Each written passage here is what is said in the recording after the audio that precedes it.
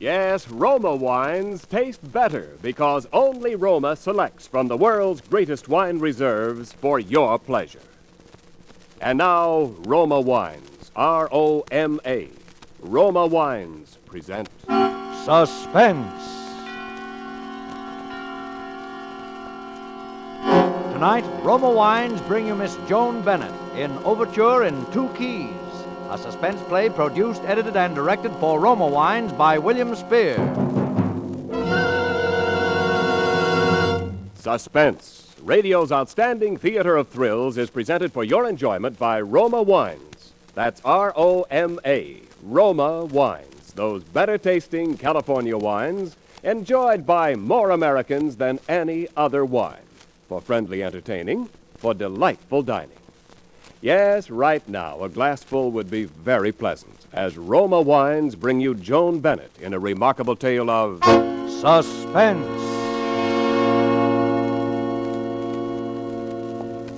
Are you feeling any better now? You know what I've been wondering, lying here? What's that, Mrs. Allen? Are you really a nurse? Why, of course. Oh, that stuff you keep giving me to make me sleep. It doesn't. You'd be asleep in no time, Mrs. Allen, if you'd only make up your mind to it. It's all in your mind, you know. That's funny. You saying that to me. Now then, Mrs. Allen, you mustn't keep talking. That's how it was with him. All in his mind. That's why I couldn't help him. That's why nobody in the world could help him. I know that now. But I couldn't bring myself to admit it until last night. You know where I was last night? I was at the Hollywood Bowl. It should have been the proudest night of my life. I was waiting for my husband to enter the stage and take his place as the leader of a great orchestra. Yes, I should have felt proud, but all I could feel was fear. It wasn't a new fear. It was an old fear, as old as our lives together. It began nearly 2 years ago. Ira and I had driven to the Pasadena station to meet a new pupil of his in from the East.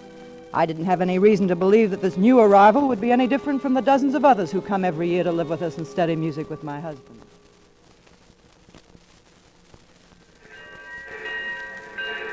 Ira, I don't see him anywhere. Don't you know what he looks like? Huh? What's that, my dear? Oh, never mind. There, that looks like it might be him over there. Excuse me.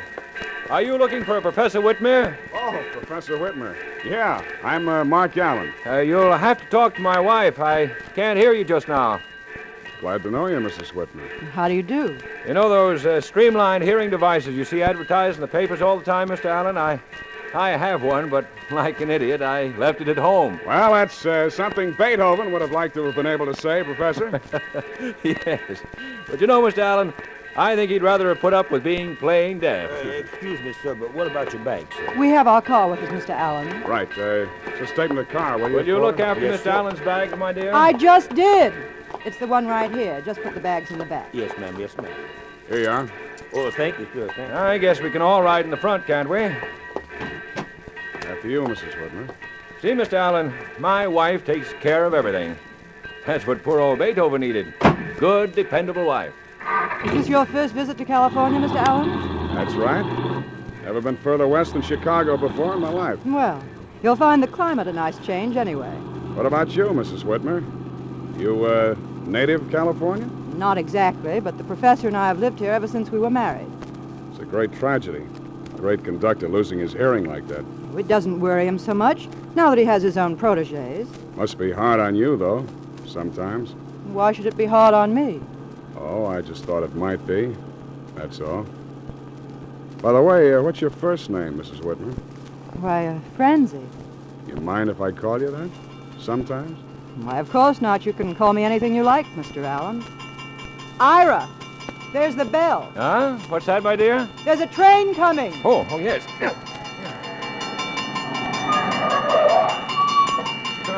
Thank you, my dear.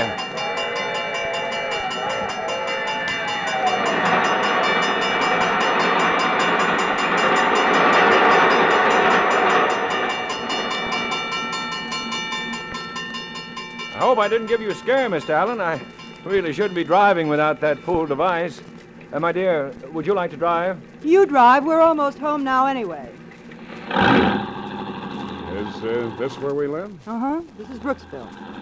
Nice little town we live in. I certainly hope you'll enjoy it, Mr. Allen.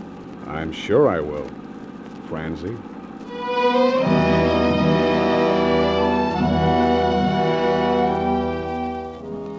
That's all there was to it. And yet if he'd asked me to go away with him to Timbuktu that night, I'd have gone. But he didn't. He didn't ask me anything. He just watched me. Not like the musical genius he was supposed to be. He was rough and hard and strong. A kid from the wrong side of the tracks. A kid like me. And I was watching him. I was watching him all the time until one morning, Ira had gone into L.A. for the day. I was in the kitchen washing up the breakfast dishes. And he was supposed to be up in his room composing, but he wasn't composing any more than I was washing dishes. He was waiting for me to go up to him. He didn't have to wait long.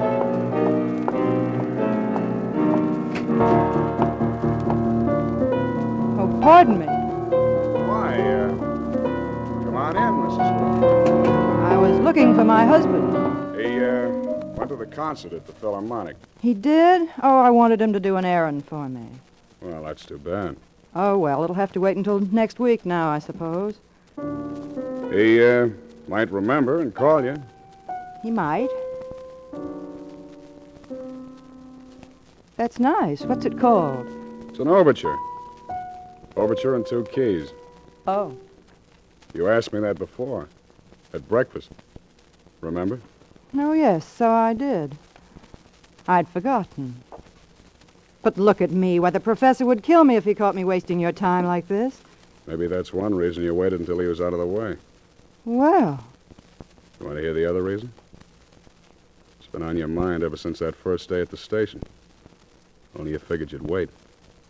Let me make the first move.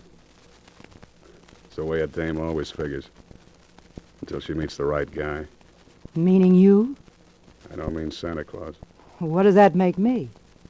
Come here, darling. You like to play hard to get, don't you? Am I so hard to get? I've been going crazy. What do you think I've been doing? When does he get back? Late. How late? Never before 6. Hello, darling.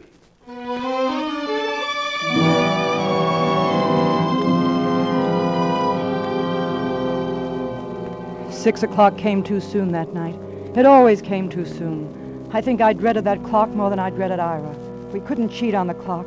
But with Ira, well, taking care of Ira wasn't a problem for any Einstein. But Mark was the one who had to do it. Mark had to fix it so that earphones or no earphones, Ira would be deaf as an adder. Sometimes I couldn't understand why Mark got so upset over that part of it. He used to tell me that I never would understand. I wasn't a musician and I wasn't deaf. Well, anyway, I had plenty of other things to feel bad about. We both did. We were like 2 shipwrecked sailors dying of thirst, and all we got to drink was salt water. You can stand that kind of thirst just so long.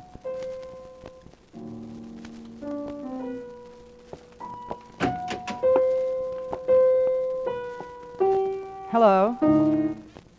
Hello yourself. Keep on playing. Oh. Hasn't he gone yet? He just called off his L.A. appointment. What's up? Oh, he thinks he's in for the flu or something. Anyway, he's staying home all day. Lock the door, baby. Keep the germs out. Mark. Yeah? He was talking about you. He said you decided to cut the course. I've taken in about all he can teach me. Besides, the dough's running short. You're lying. But I'm glad you're lying. Mark, take me with you. We can go away together. Where? New York, Chicago, it doesn't matter. He'd follow us. You know that. The kind of guy who'd track us down to the end of the earth. I wouldn't mind. I would. I'd mind plenty. You mean your career as the great conductor? That makes me a heel, doesn't it? That makes you like the rest of them. That's all Ira thinks about, his career. He cares about as much for me as... Okay. So far as the law is concerned, you're Professor Whitmer's wife. And there isn't anything we can do about it. Isn't there, Mark? Nothing that makes sense. Mark. Does it make any sense to you? I've thought about it. You wanted to hear me say it, though, didn't you? Don't look at me like that. Then you'd be sure I was crazy about you. Mark. Come here. If we only didn't feel this way every time. But we do. Don't we? Every time. Hello, darling. Ira. Have a must apologize for lowering myself to the role of an eavesdropper. Ira, please. Then it's also regrettable that you, Mr. Allen, should presume that my affliction would affect my powers of observation. Or for that matter, my tolerance. You'll kindly make arrangements to leave my house. I guess that's about the way it is, Professor. I've already taken the liberty, or should I say the precaution, of reserving a ticket to New York. We have 40 minutes to get to the Pasadena station. Ira, I must talk to you. Undoubtedly, my dear. But Mr. Allen is going to catch his train. I must go get the car. You might help Mr. Allen with his packing. What time do you have? 5 to 11. Yeah. We can just make it. Mark, you're not really going. Throw me Mark! my music case. No, it's right there on the piano. What about the rest of your junk? Or are you leaving that behind as souvenirs? It's only until I can send you a forwarding address. At least you can tell me where you're going. You heard him. New York. There's the car now. Mark, Yeah? Mark, let me know if you should change your mind. I won't have to let you know, Francie. I haven't changed my mind.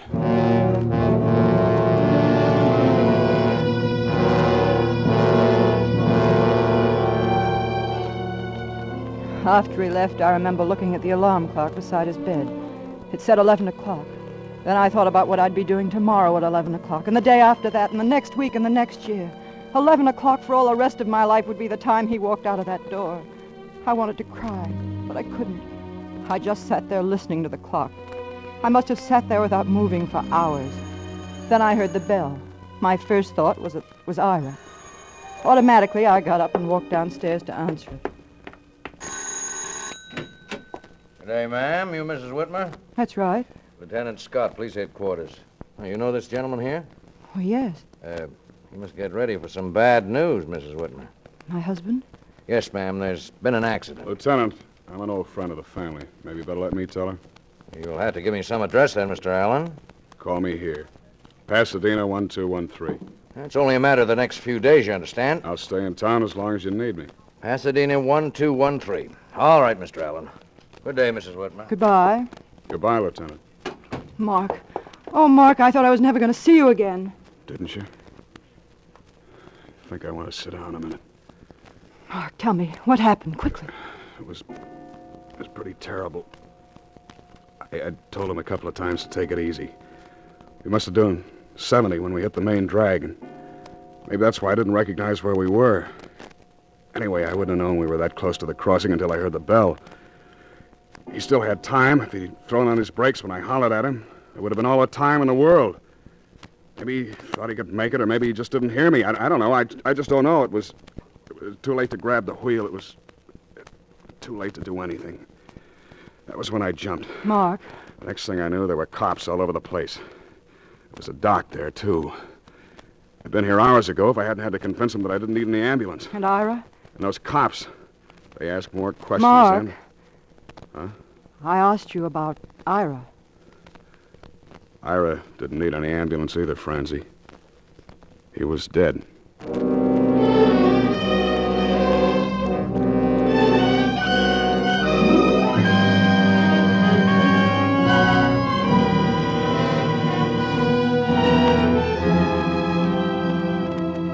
For Suspense, Roma Wines are bringing you Joan Bennett in Overture in 2 keys.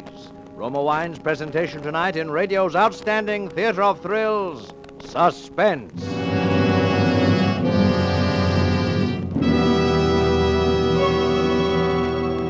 Between the acts of Suspense, this is Ken Niles for Roma Wines. These cold, blustery evenings, there's real pleasure in staying comfortably at home, listening to favorite radio programs, reading by the fireplace, and enjoying the mellow pleasure of a fine Roma wine. Yes, better-tasting Roma California wines, sherry, port, or muscatel, add warmth and friendliness to quiet evenings and informal entertaining. And because Roma wines taste better, more Americans enjoy Roma than any other wine. Roma wines taste better because Roma begins with choicest grapes. Then, with patient skill and America's finest winemaking resources, Roma guides these choice grapes unhurriedly to tempting taste perfection. Later, along with Roma wines of years before, this rich grape treasure awaits selection from the world's greatest wine reserves for your pleasure. So share with your friends these better-tasting Roma wines. Insist on Roma, R-O-M-A, Roma wines. And now, Roma Wines bring back to our Hollywood soundstage Joan Bennett as Francie Whitmer, with Howard Duff as Mark Allen in Overture in 2 keys. A tale well calculated to keep you in suspense.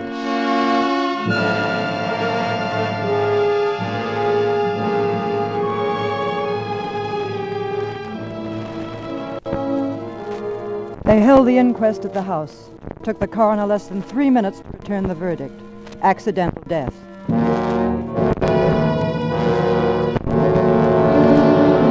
I thought we should wait, but Mark said it wouldn't make any difference. If people were going to talk, they'd talk anyway. So a couple of weeks later, we drove down to Yuma and got married. During the ceremony, I felt a little like laughing and much more like crying. And let me tell you, if you ever get married in one of those Yuma wedding chapels, you'll feel like crying too. They do business day and night. On the outside, there are neon lights, and on the inside, everything is artificial lilies in an organ. And do you, Francie Whitmer, take this man as your lawfully wedded husband to happen to hold from this day forward? I do. And do you, Mark Allen, take this woman as your lawfully wedded wife? Mark. What? I do. I repeat, do you, Mark Allen, take this woman? Yes. To happen to hold from this day forward until I death do you part? do.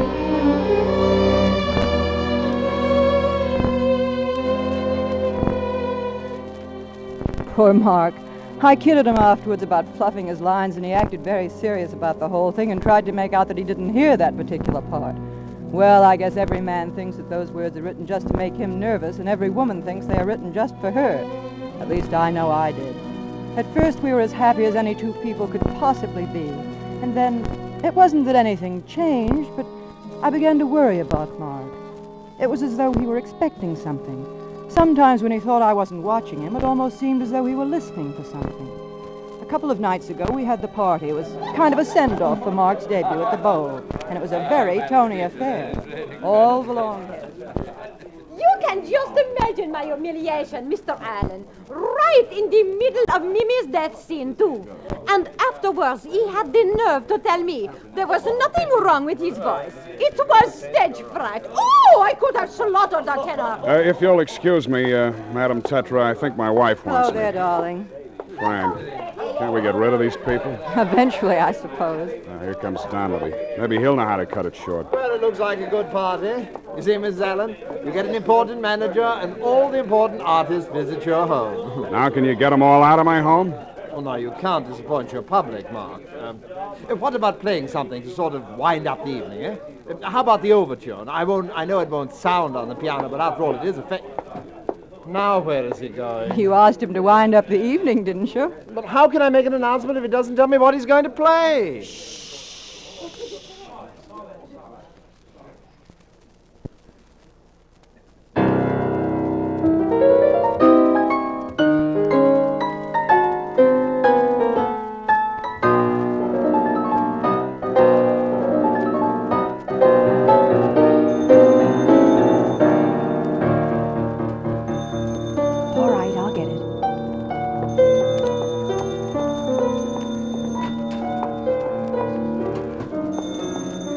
Of course, it wasn't anything important. Phone calls that come at a moment like that never are. It was just someone who wanted to wish Mark good luck tomorrow night.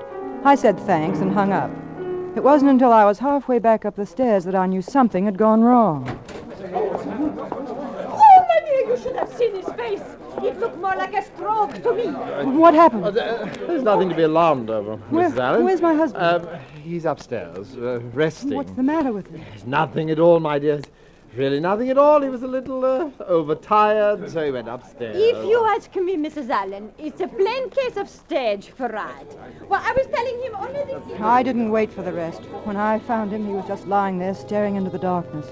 I wanted to hold him in my arms and tell him that no matter what, he was my guy. But I didn't.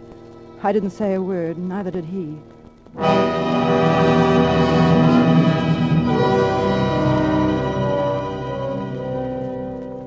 It seemed like a long while later when I woke up. I didn't want to wake up. I was tired, dead tired, so tired that waking up hurt me all over. Only this time it hurt more than usual. Then suddenly I was sitting upright in bed, with a chill running straight up my spine. The sound came from the music room. I fumbled for the light, but that didn't tell me anything I didn't know already. Mark's bed was empty. Somehow I got out of bed and walked downstairs. I kept walking, till I was standing outside the music room door. If I'd been standing at the bar of judgment, I would have still said the same prayer, that the door would be locked, but it wasn't locked. The room was in darkness, except for the small lamp on the piano. In there, looking like something out of a horror picture, sat my husband. I couldn't see his face, only his hands flying up and down in the lamplight. His knuckles were wet with blood. Mark! Mark! Mark! Oh, darling, I had to do it. I had to do something. Talk to me.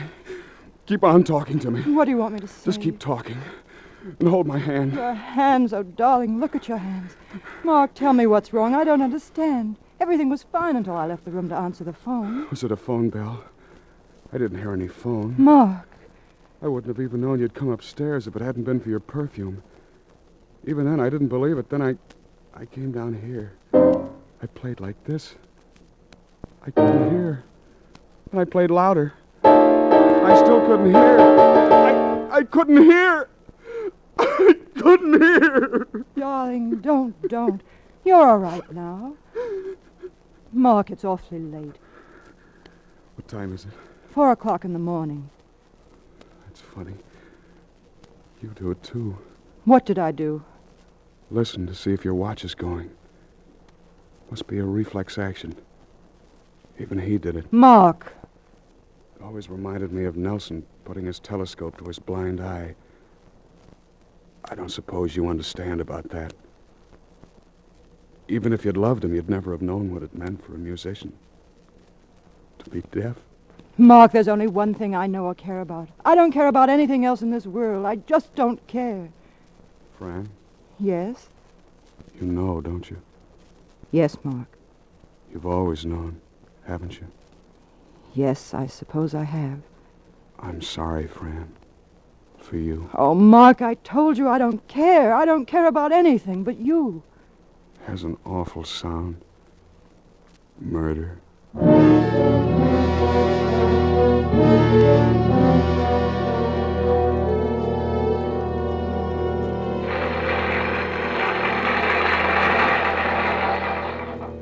As I sat watching him walk across the great stage of the Hollywood Bowl, I wanted to pray, but I knew I hadn't even the right to do that.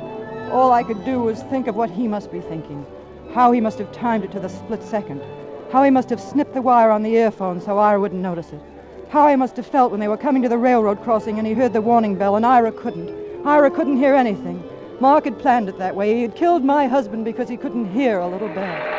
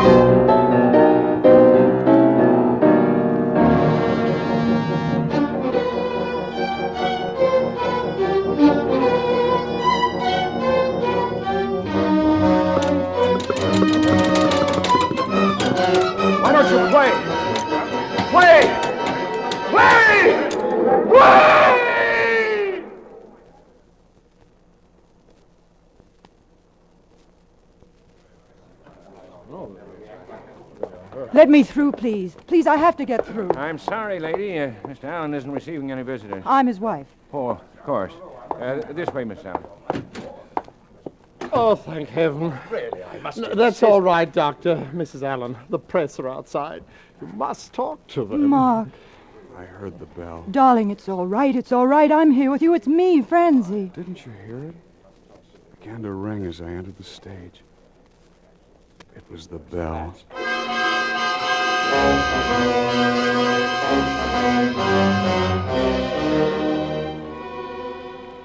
It took us an hour to get him to make any sense, and then suddenly he was all right as I've ever seen him in my life. The doctor was as pleased as an old midwife and insisted that it was the sedative that had done the trick. I wish she'd been right, but you see, by then I was beginning to see what was wrong with Mark, and I knew that all the doctors in the world wouldn't do him any good.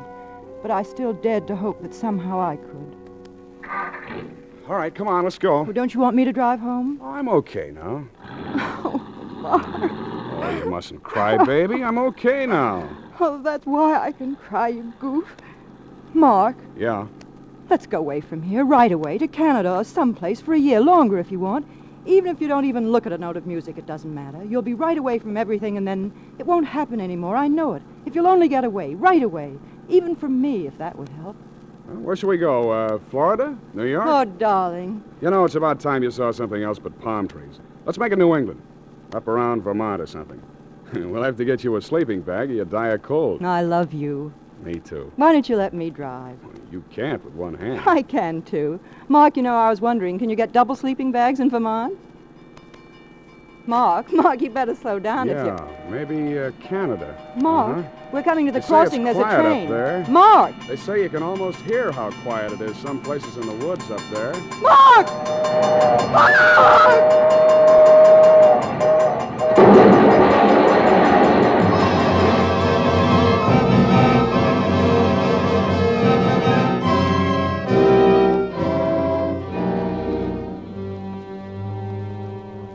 That's how the music ended. They told me today that he was dead before they got us to the hospital. I'm going to live. Isn't that swell?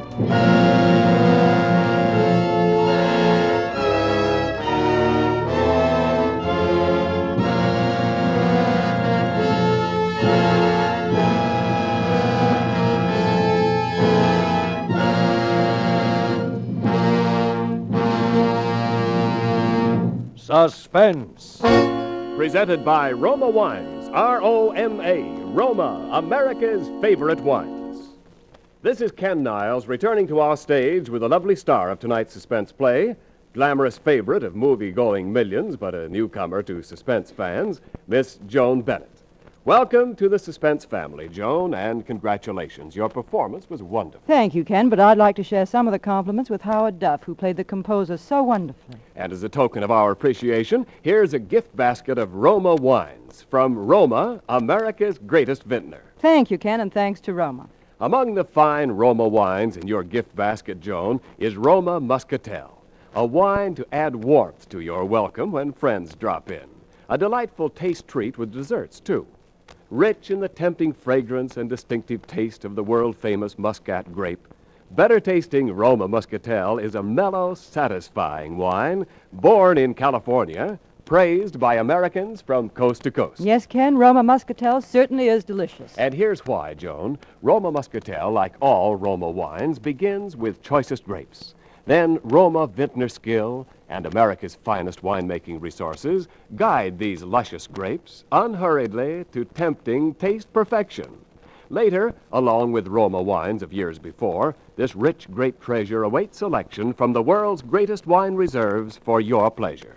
No wonder more Americans enjoy Roma than any other wine. You've convinced me. And now may I remind our listeners of something? 1946 saw the worst epidemic in 30 years of infantile paralysis. We must fight this brutal child crippler and guarantee medical care and treatment to all victims. Join the March of Dimes. Send your dimes and dollars care of your local March of Dimes headquarters today. Thank you and good night. Joan Bennett appeared through the courtesy of Diana Productions, producers of The Secret Beyond the Door. Tonight's suspense play was written by Pamela Wilcox and Malvin Wald. Next Thursday, same time, you will hear Roddy McDowell as star of Suspense. Produced and directed by William Spear for the Roma Wine Company of Fresno, California.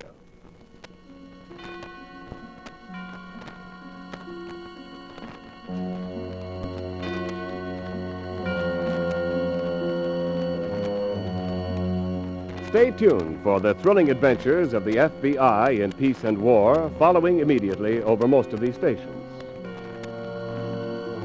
This is CBS, the Columbia Broadcasting System.